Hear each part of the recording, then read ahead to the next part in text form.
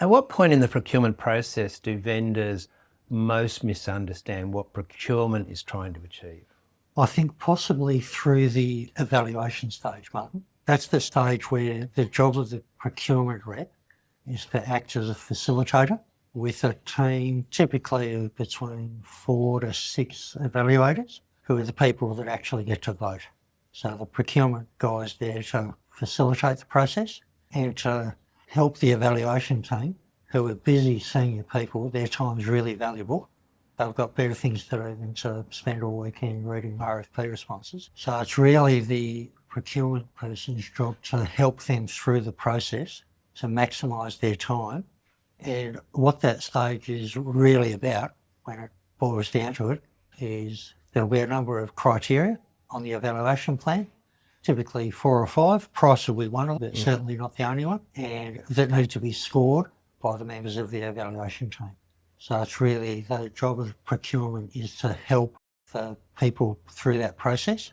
And often a supplier will see questions come back, clarification questions. That shouldn't change the art. They should be of the nature of we can't quite understand your response. We're not asking you to rebid, we're just asking for a bit more clarification. Yeah. I do know sometimes things are poorly responded to.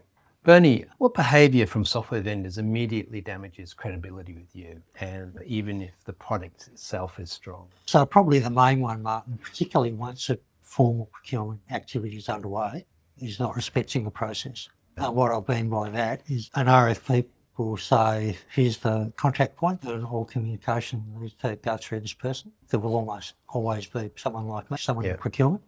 What is really damaging is if vendors start running around and talking to people in the business outside those channels on that opportunity. And look, sometimes it's hard because respondents will usually have ongoing BAU business. There'll be meetings and conversations going on all the time, which procurement can't stop, and we don't want to stop. We can't stop the organisation, but it's suppliers having the savvy of not dragging current market activities into those business conversations. Right. Where do software vendors most commonly destroy value for themselves during the commercial negotiations? If you've made it to the negotiation phase, that's a good sign. That typically means that you're down to the last 2 or 3. But for probity and to maintain fairness, everyone needs to get treated equally. So you might get an email saying we're inviting you to 3 sessions, 2 hours on scope, 2 hours on service levels, and 2 hours on legals, for example. And that's all you're going to get because each respondent needs to get the same amount of time. While procurement will facilitate those sessions, it's really up to the suppliers to make sure they're getting maximum value out of them and putting their best foot forward. Sometimes I've seen suppliers come in and they get bogged down. They can do one of 2 things. They can either spend half the presentation repeating a whole lot of marketing blurb, which is frankly irrelevant by that stage. Customers seen all that already. Or they get stuck on one relatively minor point and burn a whole lot of time and not getting through the rest of the points that need to be covered. So it's really around maximising the value of the time that you've been given through negotiations. How often do pricing models reflect how value is realised inside the customer's business? So look, really interesting. And it's been, for me, an interesting journey over the last, I suppose, 20 years as pricing models have changed. And I suppose the tip I give suppliers during a deal is that the customer needs to understand the pricing. If they get to the end of the evaluation and the stated pricing looks good, but they're not confident that there won't be surprises later on, that they're not confident that there won't be hidden bits of costs that will pop up over time. So transparency, but also generating confidence that if a recommendation is going up for award, that the estimated price is solid. I see one of the challenges there, Bernie, is where you've got maybe a seat license for a piece of software, but then there's all this kind of usage that comes on top of it, particularly with AI now, because you'd be paying for tokens as well. And so whilst you may have bought this seat and it may come with a set number of tokens, if the user starts eating into more tokens, then you're suddenly got this hidden price that's going to pop up. That's right. And that's a really hard one. It adds risk to the recommendation, but it also adds real complications for the business owner. And then the business owner gets upset because they've spent more money than they thought they would. So that's not good for renewal either. So if there are ways that the supplier can pick up, if there's a risk there, if the supplier is looking bewildered and nervous, and try and come up with creative ways to manage that risk, either by capping it or by being quite upfront. Let's talk about, we hope this project's a ripping success. Let's talk about if there's more demand than we're expecting. So you might say, here's a baseline price, that's all transparent, but if your demand increases to such and such, then expect that you're going to be paying more. That's right, and actually volunteer to do a bit of sensitivity analysis. What internal constraints do vendors really appreciate, even when you have explained what the process is? Well, I suppose, look, internal timelines will be one for the really big deals. They'll need to go off to executive boards or formal board meetings for ratification. They might be once a month.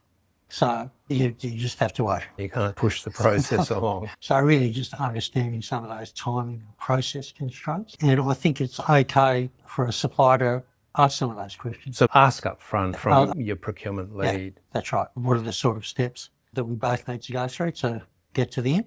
That's a fair enough question to ask. And I think also to be aware of the range of stakeholders that are going to get dragged in. So particularly a risk these days, too, but also in general. Business risk, particularly if you're in regulated industries. There'll be teams responsible for driving various social procurement type activities, for supporting Aboriginal businesses or SMEs, or making sure that software is meeting the new accessibility standards. Those sorts of stakeholders. There'll be the architecture folk. So does this comply with our architectural roadmaps? So there are often a range of stakeholders that will be supporting the evaluation team that a supplier won't have direct line of sight on, but almost certainly they'll be in the background. Where does procurement spend most of its time managing vendor behaviour rather than assessing business value? Great question. So sometimes when a supplier, under the guise of offering to show partnership and be helpful, is actually being pushy and effectively trying to subvert the procurement process, to shortcut the process or to make it go faster than the customer can keep up with, by introducing what the customer would regard as artificial dates, end of quarters or end of year. Quarters, end of years, yes. That one's always a really good one. So that can cause a lot of internal stress for everybody. It causes a lot of internal stress and it often comes across as a real sign of arrogance. It's a real sign of irritation. I often find with that one, Bernie, that it may be a great deal and if you do it now versus you do it next year, but for some of the large enterprises where there's a strong, long relationship, it's just going to get pushed back anyway, because that's your internal timeline. You can't artificially change things or suddenly find money. I often feel that's the case. That's right. And my advice would be is try and signal those really early on. If you're an existing trusted incumbent, actually have that conversation up front to say, look, we'll let you know a bit about how our business works. If we look at the things that might be coming up over the next 12 months, we can get you the best deal if we can get them signed off in those months. Rather than coming at the 11th hour and being seen as a positional bargaining negotiation tactic. I feel that if they're offering a big discount at this point, they will offer a similar discount whenever. They don't go away, especially for the large customers. The other side of that is that a lot of the customers are now well educated on what the software vendors' timelines are, and they know that the quarter ends or year ends is a good time to squeeze the vendor as well. Do you find that? I do, but most procurement shops are so busy, they really drive the timing. It's more internal timing constraints about if there's a big program that this procurement's part of, when it needs to be completed by to support the program timelines. Timelines are more driven internally. And what does effective vendor engagement look like in practice then? It's about being organised, being straightforward, being as transparent as you can be. We've both got different masters. We're both trying to get the best deal for our organisations, but within those constraints, being as transparent and as straightforward as we can be. That's that win-win concept, right? Both sides, just having respect for you need a win for both sides, especially if you want a long relationship. That's right. And also a vendor that can demonstrate sort of bench strength. If we're talking to a particular sales rep, if he disappears or goes on holidays, then no one in the organisation knows what the deal is. There's someone that can pick it up, that can galvanise the support of the organisation, the people that we'll need post-contract execution to actually deal with delivery issues.